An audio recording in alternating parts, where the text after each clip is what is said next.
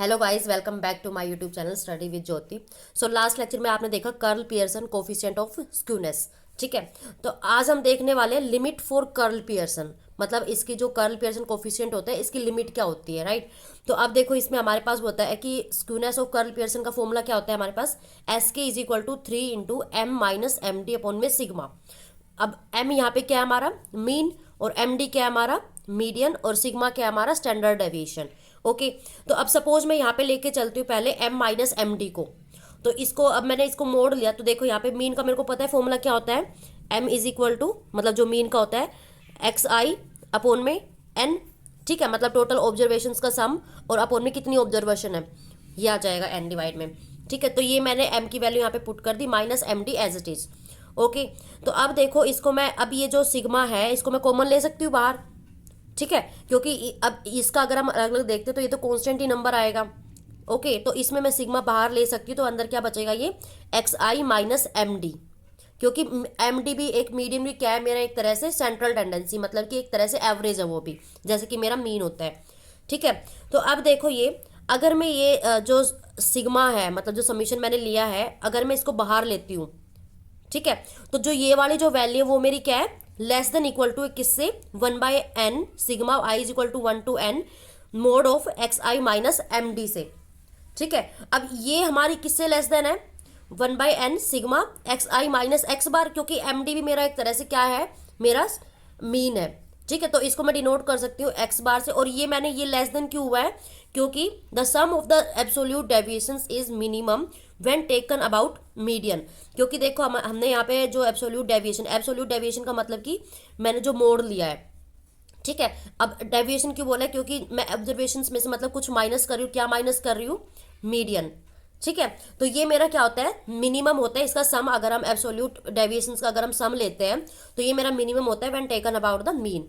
Okay, तो अब देखो नेक्स्ट, अगर जो मेरे पास ये एस के है, अब मैं इसको लेके चलती हूँ, इसका अगर मैं स्क्वायर लेती हूँ, मोड का स्क्वायर, तो मोड का स्क्वायर लेने का मतलब क्या है कि इसका पहले स्क्वायर वो मोड होगा, मतलब पहले इसका एब्सोल्यूट वैल्यू निकलेगी फिर उसका स्क्वायर।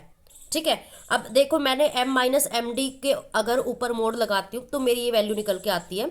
ठीक है, तो अब मैं क्या कर सकती हूँ, 3.1/n सिग्मा आई है जो, मतलब m - md की वैल्यू मैं क्या रख सकती हूँ, मोड ऑफ xi - x बार। अब जो ये मेरा ऊपर वाला जो मोड था वो पूरे किसके ऊपर लग गया, m - md, क्योंकि 3 इज माई कॉन्स्टेंट नंबर। ठीक है, और n भी मेरा क्या है, कॉन्स्टेंट नंबर है, और m - md के ऊपर अगर मोड लगता है तो मेरा ये यहाँ से फर्स्ट इक्वेशन से निकल के आ रहा है। ठीक है, और देखो नीचे हमारा क्या है, ये सिग्मा। अब सिग्मा ये स्क्वायर लगा है तो सिग्मा के ऊपर भी स्क्वायर होगा, और सिग्मा हमेशा मतलब जो हमारा वो होगा वेरिएंस जो होता है वो हमेशा मेरा क्या होता है, पॉजिटिव क्वांटिटी होती है। ठीक है, तो इसके ऊपर हम मोड ले या ना ले कोई फर्क नहीं पड़ता। ठीक है, तो यहाँ पे मैं इसका सिग्मा स्क्वायर क्या होता है मेरा, वेरिएंस। ठीक है, क्या होता है मेरा ये वेरिएंस। तो अब यहाँ पे मैं सिग्मा स्क्वायर की वैल्यू पुट कर सकती हूँ, जो कि क्या होता है मेरा 1/n sigma i is equal to 1 to n, और ये क्या हो जाएगा xi - x बार का होल स्क्वायर, ये मेरा होता है वेरिएंस। ठीक है, तो अब देखो नेक्स्ट स्टेप में, तो ये मेरा जो ये वाला स्टेप है, ये एस के का मोड का जो स्क्वायर है ये किसके इक्वल हो जाएगा। अब देखो ये जो 3 है इसको मैं सपोज यही रखती हूँ ब्रैकेट के अंदर अभी, और जो 1/n है ये क्या है, स्क्वायर, मतलब ब्रैकेट के अंदर, और ब्रैकेट पे क्या लगा है, ये स्क्वायर। ओके, तो मैं क्या कर सकती हूँ, इसमें जो 1/n है अगर मैं इसको बाहर लूंगी तो ये क्या निकल के आएगा, स्क्वायर। क्योंकि देखो जैसे अगर मेरे पास है ये 2x - y है, ठीक है, और इसके ऊपर लगा है स्क्वायर, तो अब मैं अगर 2 को बाहर निकालूंगी इस पूरे होल स्क्वायर, ये जो स्क्वायर ब्रैकेट है, तो 2 के ऊपर भी स्क्वायर माना जाएगा। ठीक है, मतलब इसको मैं लिख सकती हूँ 2² x - y², सॉरी मतलब इसका होल स्क्वायर। ठीक है, तो अब मैं जो ये 2² इसको मैं अलग ले सकती हूँ, तो क्या हो जाएगा, मेरा 4 बाहर आएगा। तो मतलब बेसिकली आ क्या रहा है कि अगर मेरा ब्रैकेट के अंदर कोई क्वांटिटी होती है, अगर स्क्वायर है तो वो बाहर स्क्वायर निकल के स्क्वायर बन के उसका बाहर आता है, तो क्या हो जाएगा 4 × x - y का होल स्क्वायर। तो इसी तरीके से जो 1/n है मेरा ये इसके ऊपर स्क्वायर लगा है, तो ये बाहर आके क्या हो जाएगा 1/n का होल स्क्वायर। ठीक है, या फिर 1 का स्क्वायर करो तो 1 ही रहेगा, n क्या हो जाएगा मेरा n²। ठीक है, और ये साथ में 3 × ये जो सिग्मा है ये पूरी टर्म मेरी एज इट इज आ गई, अपॉन में ये वाली टर्म एज इट इज। अब देखना यहाँ पे ऊपर क्या है 1/n², नीचे क्या है 1/n, तो एक 1/n मेरा ये कैंसिल हो जाएगा। ठीक है, क्या बचेगा, ओनली 1/n। अब जो 1/n इसको मैं ऐसे लिख सकती हूँ 1 अपॉन में यहाँ पे n। ठीक है, तो अब देखना नेक्स्ट स्टेप में, क्या हो जाएगा मेरा ये वाली चीज़, ठीक है। मतलब कि एक्स एस के का होल स्क्वायर क्या हो गया, ये 3 sigma i is equal to 1 to n x i minus x bar का मोड स्क्वायर, और जो ये 1 अपॉन में एन था वो मेरा क्या हो गया, नीचे एन आ गया, और ये हमारा ऐसे सोल्व हो गया, नीचे वेरिएंस हमारा ऐसे ही है, ठीक है। एक है मेरा एन वहाँ पे कट गया था। तो अब देखो यहाँ पे ना मैं क्या यूज़ कर रही हूँ, कोसी स्क्वाड्स इनइक्वालिटी। ओके, ये आप आगे वाले लेक्चर्स में पढ़ोगे। तो अभी जस्ट मैं इसका इंट्रो दे देती हूँ, क्या होता है, मतलब इसकी जो इनइक्वालिटी होती है बेसिकली वो क्या होती है, ठीक है। तो ये मेरा हो जाएगा, ये देखो क्या होता है, अगर मेरे पास ऐसा कुछ है, summation i is equal to 1 to n a i b i, a i मेरा कुछ अलग फंक्शन है और बी आई मेरा कुछ अलग है, ठीक है। तो अगर ये इसका स्क्वायर होता है, होल स्क्वायर सिग्मा का, मतलब इसके ऊपर मैं सिग्मा अप्लाई कर रही हूँ, तो ये होता है मेरा less than equal to individually squares, मतलब कि less than equal to summation i is equal to 1 to n a i का square into summation i is equal to 1 to n b i का square, ये अलग अलग, ठीक है। तो अब यहाँ पे जो बी आई है वो मेरा क्या आता है, सपोज यहाँ पे 1 मैं लेती हूँ और आई मेरा कहाँ से कहाँ तक, 1 से लेके एन तक, then what we get sigma a i, ठीक है। अब यहाँ पे मैं अगर बी की वैल्यू, बी आई की वैल्यू अगर 1 पुट कर देती हूँ तो ये क्या हो जाएगा, समीशन ए आई 1 और ये i is equal to 1 to n इसका स्क्वायर, तो 1 तो इसका तो 1 लिखो ना लिखो एक ही बात है, तो ये क्या हो जाएगा, सिंपली समीशन ए आई का होल स्क्वायर, ठीक है। लेस देन इक्वल टू क्या हो जाएगा, अब यहाँ पे भी इसकी वैल्यू मैं 1 पुट कर सकती हूँ बी आई की, ओनली बी आई की, तो ये क्या हो जाएगा 1 स्क्वायर, 1 स्क्वायर क्या होता है 1 ओनली, ठीक है। तो ये क्या हो गया, summation i is equal to 1 to n. अब देखो यहाँ पे इस ये समीशन लगा है मेरा यहाँ पे 1, i is equal to 1 to n, मतलब कि जो ये मेरा 1 है वो एन टाइम्स ऐड हो रहा है, राइट। मतलब कि ऐसे ऐसे ऐड हो रहा है, 1 plus 1 plus 1 plus and so on, n times मेरा ये ऐड हो रहा है, ठीक है। कितने टाइम्स, एन टाइम्स, ठीक है। तो इसका मतलब क्या है कि अगर मैं इसको सिंपली ये समीशन हटा दूं तो मेरा क्या लिखा जाएगा, एन इंटू 1, मतलब एन टाइम्स 1, ओके।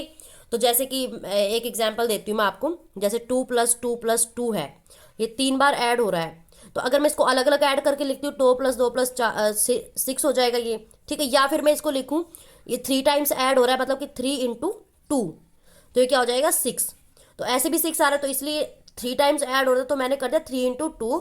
अब ये एन टाइम्स ऐड हो रहा है तो मैं इसको लिख सकती हूँ एन डॉट 1, ठीक है। तो ये मेरा आ जाएगा 1 डॉट एन, तो जो ये 1 था यहाँ पे, मतलब जो एन आया इसके साथ में, वो मैंने एन ले लिया इधर, ठीक है। मतलब देखो यहाँ पे मेरा क्या था, ये बन गया मेरा पूरा, जो ये था ये स्क्वायर है यहाँ पे, इसका ये जो वाला इसके साथ जो एन आया, एन डॉट 1 हुआ जो मेरा ये, ठीक है। और साथ में ये था, ये पूरा मैं ले गई n into this whole expression, इसके डिवाइड में, राइट साइड जो लेफ्ट साइड है इसके डिवाइड में लेके चली गई, ठीक है। तो ये क्या हो जाएगा मेरा, लेस देन इक्वल टू 1, इसको सपोज मान लेते थर्ड इक्वेशन। अब हमें क्या करना है, इस इक्वेशन को यूज करना है इस वाली इक्वेशन में।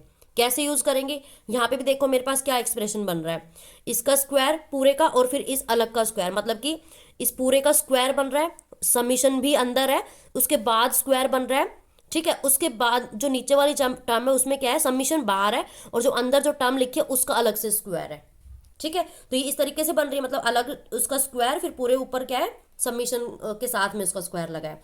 तो जो ये वाली इनइक्वालिटी है, कोसी स्क्वायर्स इनइक्वालिटी, वो मैं इसमें यूज कर सकती हूँ, ठीक है। तो उसमें यूज करने के बाद देखो क्या आएगी,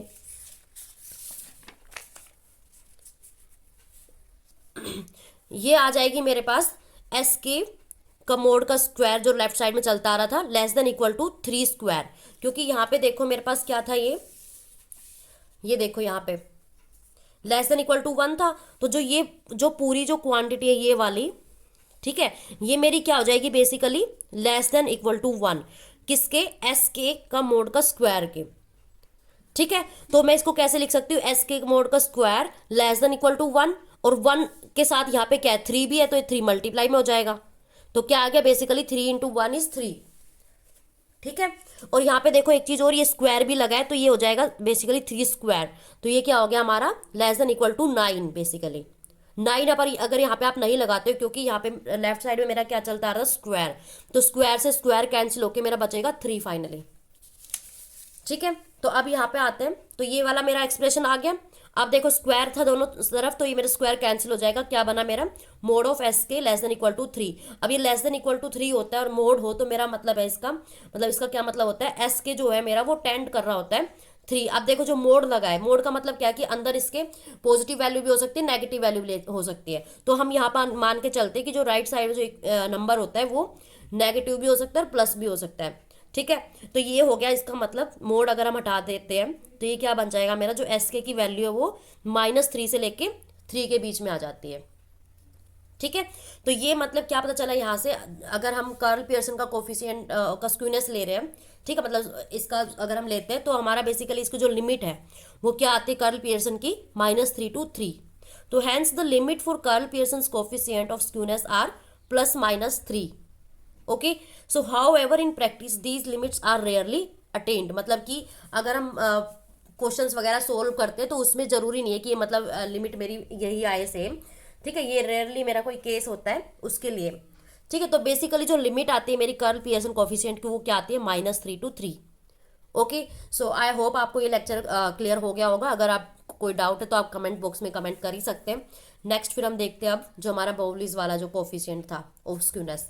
ओके, वो नेक्स्ट लेक्चर में हम कंटिन्यू करते हैं। So yeah, thank you so much guys for watching. Bye bye, take care with this smile. Okay.